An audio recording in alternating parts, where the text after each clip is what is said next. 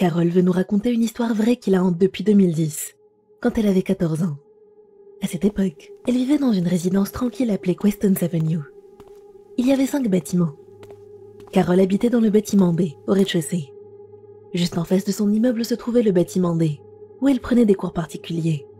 Et juste à côté du bâtiment D, il y avait une petite porte de sécurité, discrète et obscure. Elle était toujours fermée. Carole n'avait jamais vu personne l'utiliser. Elle avait l'impression que tout le monde l'avait oubliée. Les résidents, les gardiens, tout le monde. Ses journées étaient sans histoire. Elle partait en cours le matin, et à 18h30, elle rentrait chez elle. Le trajet de son immeuble au bâtiment D prenait environ 20 minutes. Un temps qu'elle passait à rêvasser ou à bavarder avec ses amis. Un soir après les cours, elle était sortie avec une de ses amies. Elle riait, partageant les encas qu'elles avaient apportés. Mais son amie avait dû partir pour un autre cours, et Carole s'était retrouvée seule, terminant lentement ses dernières bouchées. C'est à ce moment-là qu'elle l'a vu. Un homme, grand, maigre et dérangeant, qui sortait de cette fameuse porte de sécurité. Celle que personne n'utilisait jamais. Ses mouvements étaient étranges, comme s'il avait du mal à contrôler son propre corps. Ses bras tressaillaient. Ses gestes étaient saccadés. Puis son regard a croisé celui de Carole.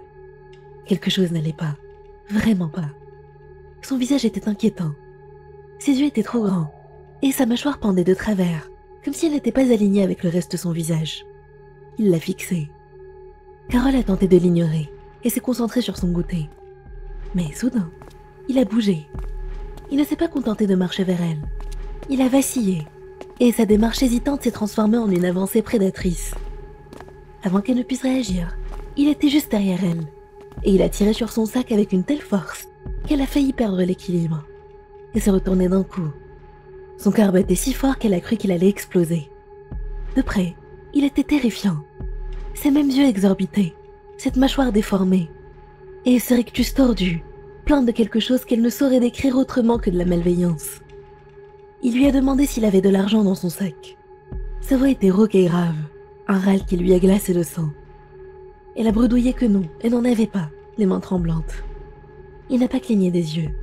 Il l'a fixée d'un regard profond et glacial. Puis ses yeux ont dérivé vers les bancs tout proches, où quelques passants commençaient à les observer.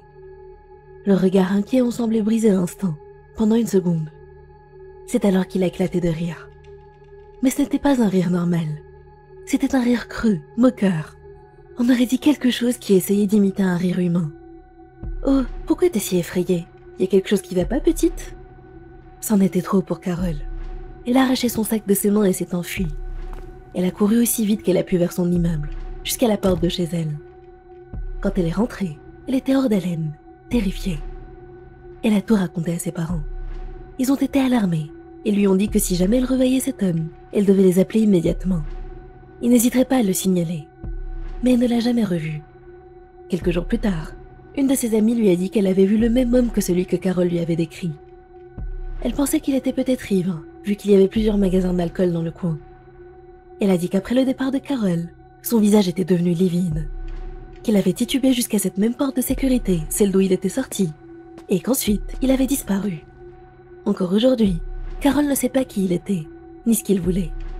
Mais l'image de son visage, cet instant où il a agrippé son sac, reste gravée dans sa mémoire.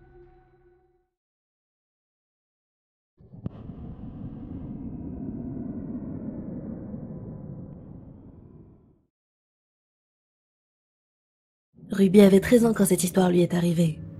Ses parents étaient partis en voyage d'affaires à Los Angeles, alors elle avait dû rester seule à la maison. Son père lui avait laissé sa carte bancaire pour qu'elle commande tout ce dont elle avait besoin. Donc au fond, elle s'était plutôt réjouie d'être seule. Et elle n'avait pas peur, car elle était restée seule chez elle de nombreuses fois. Et puis, ce n'était que pour 3 jours. À cette époque, il y avait cette rumeur des clowns qui s'introduisaient dans les maisons pour faire des choses bizarres. Mais ils ne venaient jamais dans son quartier. Ils ciblaient surtout des endroits plus isolés, près des forêts. Même si leur clôture aurait été facile à escalader, sa famille n'y avait jamais vraiment prêté attention, car le quartier où il vivait était très sûr. Ce soir-là, il était environ 18h, et comme c'était l'hiver, la nuit était déjà tombée.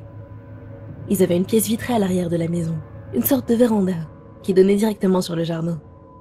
Cette pièce était juste à côté de la cuisine. Ruby avait eu un petit creux, alors elle était allée chercher des snacks dans le frigo, puis était retournée au salon pour continuer à regarder la télé.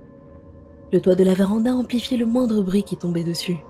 Et ce jour-là, il pleuvait fort, si bien qu'on n'entendait rien d'autre que le martèlement des gouttes sur le toit.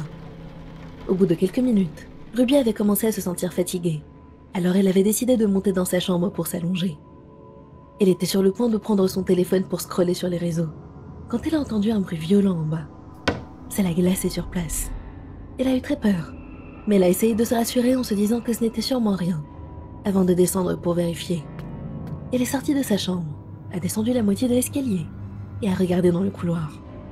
La maison était plongée dans le noir, mais elle savait qu'il y avait quelqu'un en bas. Elle a vu la silhouette d'un dos.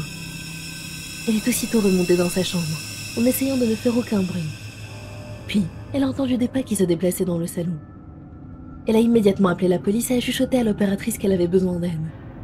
Mais soudain, elle a été prise d'éternuement, prise de panique, et s'est précipitée vers la salle de bain, la seule pièce avec une serrure. Alors qu'elle atteignait la porte, elle a entendu l'homme monter les escaliers en courant.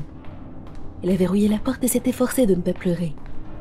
L'homme a essayé d'ouvrir la porte, tournant la poignée sans relâche. La salle de bain avait une petite fenêtre floue, et Ruby a pu apercevoir ce qui se tenait derrière la porte. C'était un clown. Un clown avec des cheveux verts, sans nez. Il portait une tenue étrange et tenait un couteau gigantesque. Elle n'avait pas le choix. Elle a sauté dans la baignoire, ouvert grand la fenêtre, et a sauté dehors. Elle a glissé sur le toit et est tombée directement sur le béton. Elle n'a même pas senti la douleur quand elle était terrorisée. Alors qu'elle s'apprêtait à escalader la clôture, elle a entendu les sirènes de police. Les policiers sont entrés dans la maison. Ils ont immédiatement arrêté le clown et l'ont menotté. Quand il est passé à côté d'elle, son corps s'est mis à trembler de peur, malgré le soulagement que ce cauchemar soit enfin terminé. La police a contacté ses parents, qui sont revenus en urgence. Elle a pu les retrouver, et c'est seulement à ce moment-là qu'elle s'est sentie en sécurité. Depuis ce jour, Ruby n'a plus jamais voulu rester seule chez elle. Quant à ce clown, il a été condamné à plusieurs années de prison, pour effraction et pour tentative de meurtre.